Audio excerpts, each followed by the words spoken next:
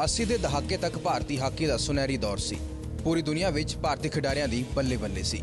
ਪਰ 21ਵੀਂ ਸਦੀ ਦੀ ਭਾਰਤੀ ਹਾਕੀ ਦਾ ਹਾਲ ਕਿਸੇ ਤੋਂ ਲੁਕਿਆ ਨਹੀਂ। ਭਾਰਤੀ ਹਾਕੀ ਦਾ ਸੁਨਹਿਰੀ ਦੌਰ ਵਾਪਸ ਲਿਆਉਣ ਲਈ ਬਲਬੀਰ ਸਿੰਘ ਸੀਨੀयर ਇਹ फार्मूला पेश करते हैं। मुझे बड़ी उम्मीद है कि हॉकी हमारे ब्लड में है, तो अगर कोशिश पूरी की जाए ग्राउंड लेवल से स्कूलों में, कॉलेजों में, यूनिवर्सिटी में ऊपर लाने के लिए खिलाड़ियों को, कहते हैं ना wider the pyramid, higher the pyramid, wider the base, higher the pyramid. अगर स्कूलों कॉलेजों में सब जगह हॉकी ज़्यादा चालू करें तो नेचुरली रिजल्ट निकलेंगे, अच्छे से अच्छे प्लेयर आएंगे आगे। C grade, B grade, A grade.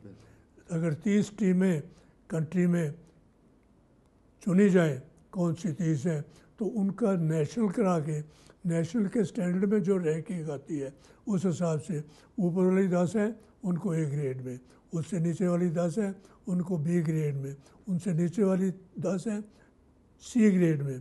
और उनका फिर हर एक के साथ कोच लगाया जाए, मैनेजर लगाया जाए, ताकि जिसकी टीम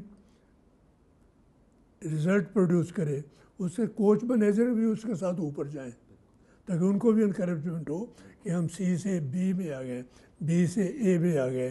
तो इस हिसाब से है, वो फेडरेशन से बात कर लेंगे, जैसा अच्छा समझेंगे तो लगा देंगे। वो 125 करोड़ की आबादी च लायक खिडारियों को पैदा करने की इच्छा शक्ति की सख्त लोड़ दसते हैं। कई बार मैं कह देता हूँ, पता नहीं ठीक है नहीं, स्टेप मदरली ट्रीटमेंट। कुछ खेले ऐसी आ गई, जैसे क्रिकेट है, टॉप स्पोर्ट है, उससे पैसा बड़ा मिलता है और हर माँ बाप चाहता है कि छोटे बच्चे को बैट छोटा लेके क्रिकेट का दे दो। हमारे ज़माने में छोटे बच्चों को हॉकी मिलती थी, हालांकि उससे कोई पैसा नहीं मिलता था। अब ज़माना बदल गया है, हॉकी वालों को देने शुरू कर दें, अब शुरू हो गए हैं। हॉकी में भी जो लीग होती है पैसे मिलते हैं, तो बड़ी खुशी की बात है। और इसी तरह से तरक्की होती जाएगी।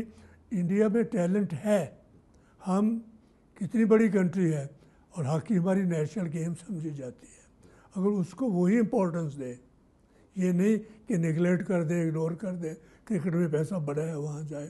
अगर हॉकी में भी पैसे मिलने लग जाए तो नेचुरली माँ बाप चाहेंगे चलो हॉकी खेलो, और हॉकी हमारे ब्लड में है। हाकी का हाल आखिर सुधरेगा किवें, इसलिए सैकड़े पैमाने अपनाए जा सकते हैं। पर बलबीर सिंह कहते हैं कि विदेशी कोच लायक ने, पर भारतीय हाकी लिए भारतीय कोच ज़्यादा सटीक है। मैं हमेशा ये कहता हूँ कि जो बेबी सिटर है, अपनी नानी या दादी, उससे ज़्यादा बेबी सिटर कोई भी कहीं से ले आओ पैसे देकर, पेड बेबी सिटर, वो उतना प्यार बच्चों को नहीं दे सकती जितनी अपनी नानी या अपनी दादी देगी।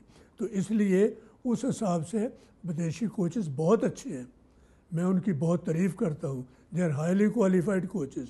लेकिन इन हालात में हमारे इस हॉकी के स्टैंडर्ड के हिसाब से वो हमारे फिट नहीं है। एक तो बोली की प्रॉब्लम है। मैं सोचता हूँ अगर जो हमारे एजुकेटेड कोचेस हैं उनको बाहर भेजो, बाहर इंस्टीट्यूशंस हैं वहाँ से ट्रेनिंग लेके आएँ, तो वो आके अगर वो आके ट्रेनिंग देंगे तो क्वालिफिकेशन लेने के बाद तो सारी उम्र यहाँ रहेंगे। दिल दुखता है वो हो मेरी टीम बेइज्जती हो गई। मैं तो जिताना चाहता हूँ टीम को, मैं भी कोच रहा हूँ, चीफ कोच और मैनेजर। तो दिल जब टीम खेलती है तो दिल ऐसे ऐसे करता है कि जल्दी गोल करो, जीतो, जल्दी गोल करो। तो ये सब चीज़ें अपना कोच अपनी कंट्री का वो ज़्यादा महसूस कर सकता है। मौजूदा हाकी खिडारियों की सिफत करते हैं बलबीर सिंह सीनियर, पर अपना दौर याद करते हुए आज की पीढ़ी च संतुष्टि की भी घाट दसते हैं। मिलते हैं, बड़े प्यार से मिलते हैं, इज्जत करते हैं, झुक के। जैसे मैं अपने पैरों को, जैसे दादा ध्यानचंद थे, रूप सिंह था, पुराने खिलाड़ी थे, तो हम उनको मिलते थे, वैसे हमें आजकल के खिलाड़ी मिलते हैं, पर शायद उतने उत्साह से नहीं। उसकी वजह क्या है? उसकी वजह कि थोड़ा सा आगे इम्पोर्टेंस उनको मिल जाए तो अपने आप को बहुत बड़ा समझने लग जाते हैं।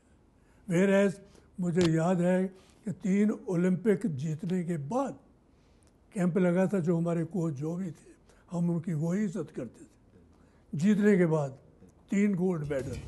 ਆਜ਼ਾਦ ਭਾਰਤ ਨੂੰ ਸੁਨਹਿਰੀ ਸਨਮਾਨ ਦਿਵਾਉਣ ਵਾਲੇ ਬਲਬੀਰ ਕਹਿੰਦੇ ਨੇ ਮੈਦਾਨ ਤੇ ਪਸੀਨਾ ਤਿਰੰਗੇ ਨੂੰ ਵੇਖ ਕੇ ਵਹਾਉਂਦੇ ਸੀ।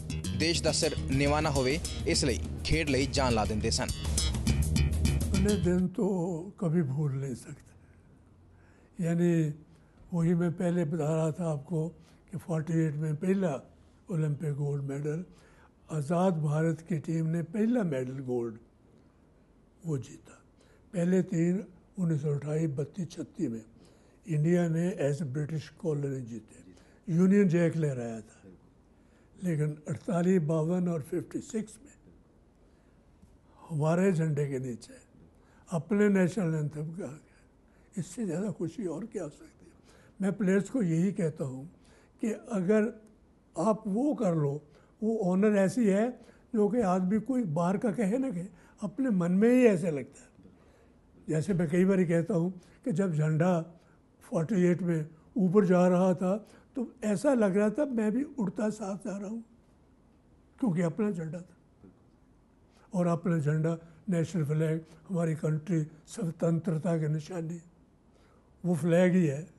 उसके लिए हम फौजी जाने भी देते हैं। 91 ਸਾਲਾ ਬਲਬੀਰ ਤਿਰੰਗੇ ਦੀ ਨੀਂਦ ਸੌਂਦੇ ਤੇ ਜਾਗਦੇ ਸਨ। ਵਿਦੇਸ਼ਾਂ ਵਿੱਚ ਤਿਰੰਗੇ ਨੂੰ ਬਣਦਾ ਮਾਨ ਸਨਮਾਨ ਦਿਵਾਉਣਾ ਉਹਨਾਂ ਦਾ ਸੁਪਨਾ ਸੀ।